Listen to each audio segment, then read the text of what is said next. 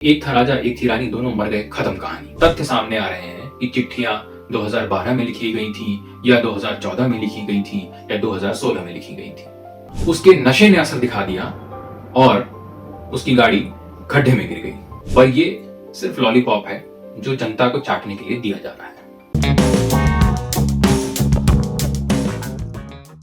27 की उम्र में अलेक्जेंडर कई रियासतें जीतकर महान बनने की ओर अग्रसर था।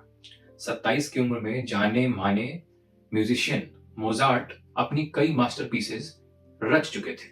27 की उम्र में विंसेंट वैन गो ये तय कर चुका था कि वो पेंटिंग को ही अपनी जिंदगी बनाएगा और आज पूरी दुनिया उसके पेंटिंग्स का लोहा मानती है।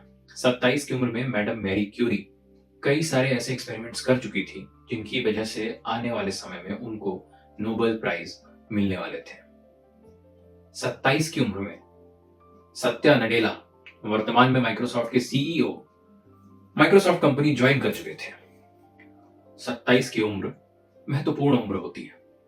बहुत कुछ हो रहा होता है, बहुत कुछ करने की लालसा, बहुत कुछ करने की इच्छा हर जवान के मन में होती है। 27 की उम्र में युवराज मेहता, जो कि एक सॉफ्टवेयर इंजीनियर ही था, शायद हो सकता है कल को चल के माइक्रोसॉफ्ट जैसी किसी बड़ी कंपनी का सीईओ बन जाता। वो युवराज मेहता 27 की उम्र में एक पानी से भरे खड्डे में गिरकर मर गया। कुछ लोग कह रहे हैं 90 मिनट, कुछ लोग कह रहे हैं 2 घंटे, आधे घंटे का फर्क है। मान लेते हैं 90 मिनट।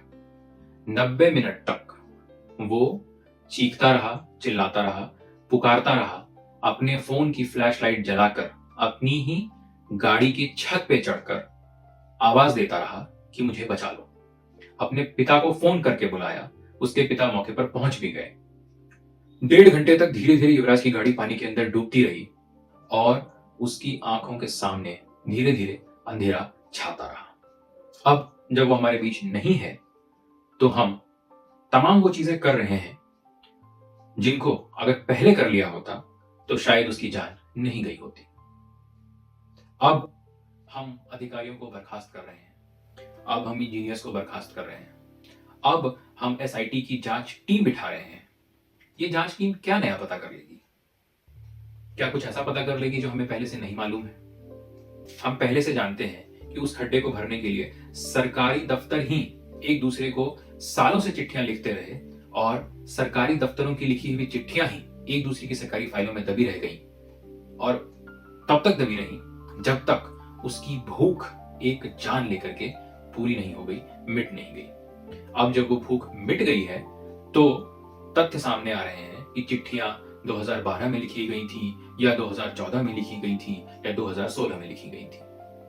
मेरा एक बड़ा सीधा और साधारण सा सवाल है, अगर लिखी गई थी तो कोई कार्यवाही क्यों नहीं हुई?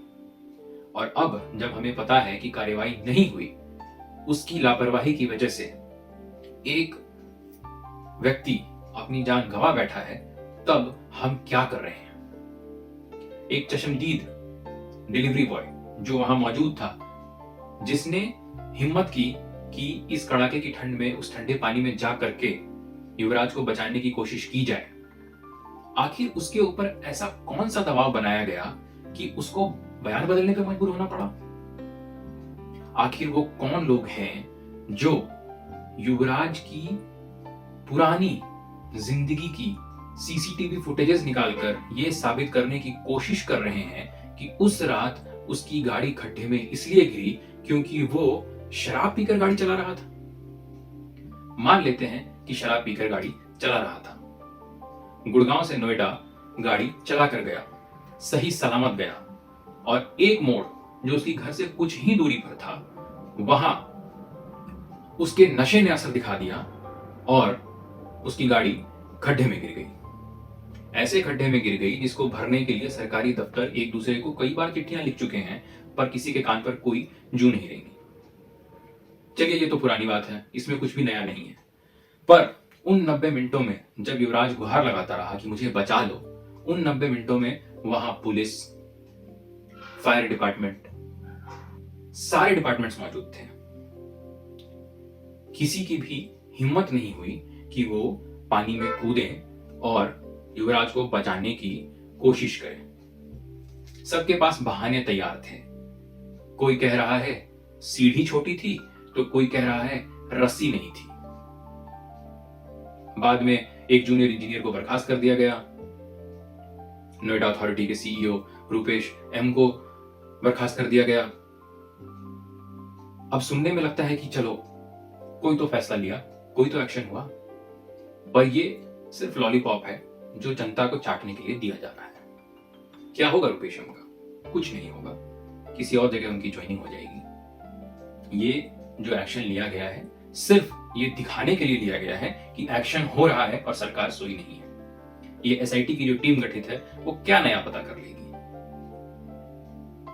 कितना गहरा पानी था, अंदर सरिया था कि नहीं था, जिस सरिये के डर की वजह से एनडीएमसी एसडीएमसी अपना बोट अंदर ले जाने को तैयार नहीं हुए कि भाई हमारे बोट में छेद हो जाएगा, अंदर सरिया है, हम कूदेंगे नहीं, हमें भी चोट लग सकती है। आखिर एसआईटी क्या नया पता कर लेगी? इन सब के बीच में एक नाम डीएम मेधारूपम का भी आ रहा है। जितना मैं जानता हूं, मुझे तो यही पता था कि लगभग सारे आईएएस अफसरों को जिंदगी में जब वो अपनी नौकरी की शुरुआत करते हैं तो रूरल डिफिकल्ट पोस्टिंग मिलती है, जो दूर दराज गांव के इलाके में होती है और जहां पर रहना थोड़ा मुश्किल होता है। ये मेधारूपम मुझे अपनी जिंदगी में एक पहला अपवाद मिली है जिनके बारे में ये पता चल रहा है कि इनको जिंदगी की सारी पोस्टिंग्स जो है वो दिल्ली एनसीआर के आसपास के जिलों में ही मिली है, नौकरी के पहले दिन से ही। अब आप सोचेंगे ऐसा क्यों? ऐसा इसीलिए क्योंकि ये हमारे इलेक्शन कमिश्नर की बेटी है, रसूख पावर वाले परिवार से आती है, उनका कोई कुछ बिगाड़ नहीं सकता।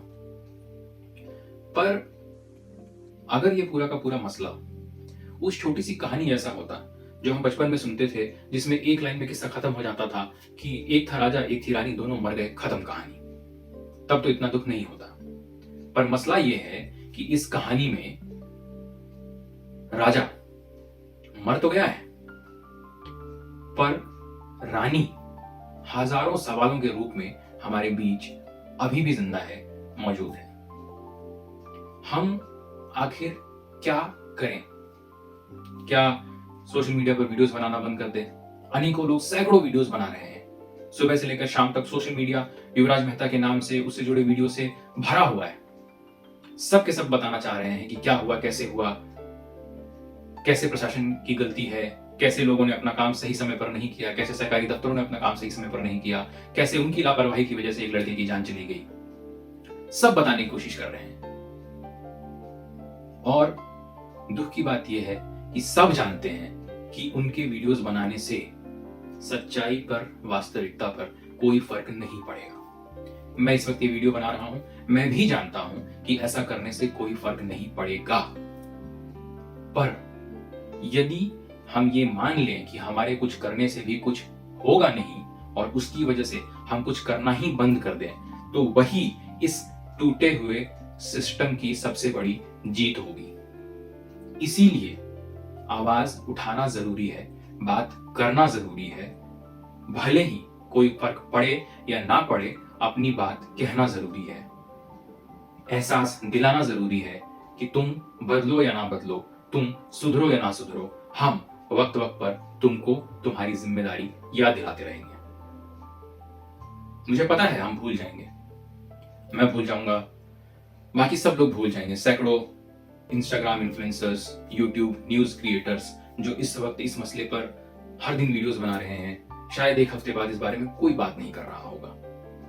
पर इस एक हफ्ते तक भी आप इस बारे में अगर बात कर रहे हैं, सही सवाल पूछ रहे हैं, सही जवाब मांगने की कोशिश कर रहे हैं, तो आप बदलाव लाने की कोशिश कर रहे हैं। और बदलाव आए या ना आए, ये कोशिश जरूरी है। इसीलिए ये कोशिश करते रहिए, सवाल पूछते रहिए, हम भी पूछेंगे। मेरे पास अभी बहुत सारे तथ्य हैं इस मुद्दे से जुड़े हुए, इस मामले से जुड़े हुए, मैं भी उन पर वीडियोस बनाऊंगा। भले ही इससे कुछ हो ना, भले ही युवराज वापस ना आए, पर शायद एक और युवराज इस तरह से अपनी जान ना गंवाए। बस इसी उम्मीद में ये वीडियो बनाई जा रही है, कोशिश की जा रही है।